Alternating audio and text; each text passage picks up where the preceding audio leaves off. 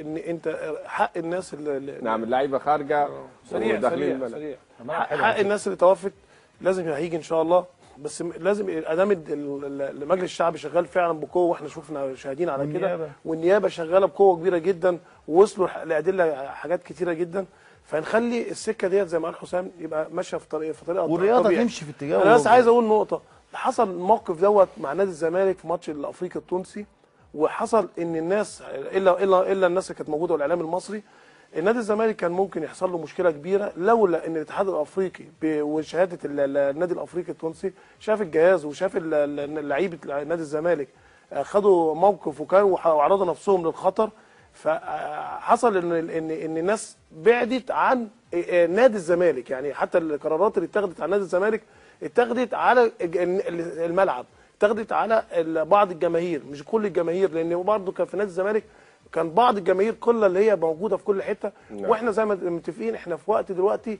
في فتره ما فيش استقرار ولا استقرار سياسي ولا امني، فانا بقول بس اخر حاجه يعني هنا تيشيرتات نادي الزمالك ربما عليها صوره شهيد الاصغر شهيد حازم عايز بس ان النادي المصري ده نادي موجود في جوه جمهوريه مصر العربيه في محافظه بورسعيد، زي ما كان نادي الزمالك موجود في جمهوريه مصر العربيه في محافظه القاهره، زي ما كان النادي الاهلي موجود في ماتش برضه في المحله. نعم. وكان موجود في مع كيما اسوان، وكان موجود مع الفرقه الافريقيه لما لعيب ضرب فيه من لعيب من النادي الافريقي، النادي اللي هو اللي كان من جنوب افريقيا تقريبا، خبطت شمروخ في بطنه. نعم. ما عممناش، مش عايزين. نعم. نعمم يا حسين. لا ان شاء الله. وهذه طبعا الصور لا تصلنا ابيض واسود، لكن بسبب كما قلنا سوء تقني، عطل فني تقني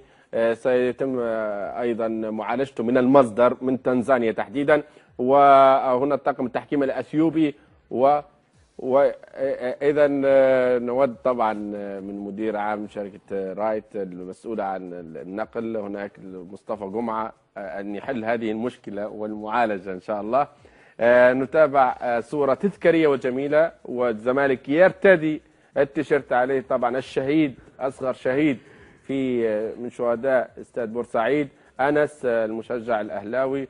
وكما نتابع هذه الصورة للفريق يانج أفريكانز التنزاني إذا في استاد الصداقة في دار السلام، الصورة اللي وصلنا كما نرى.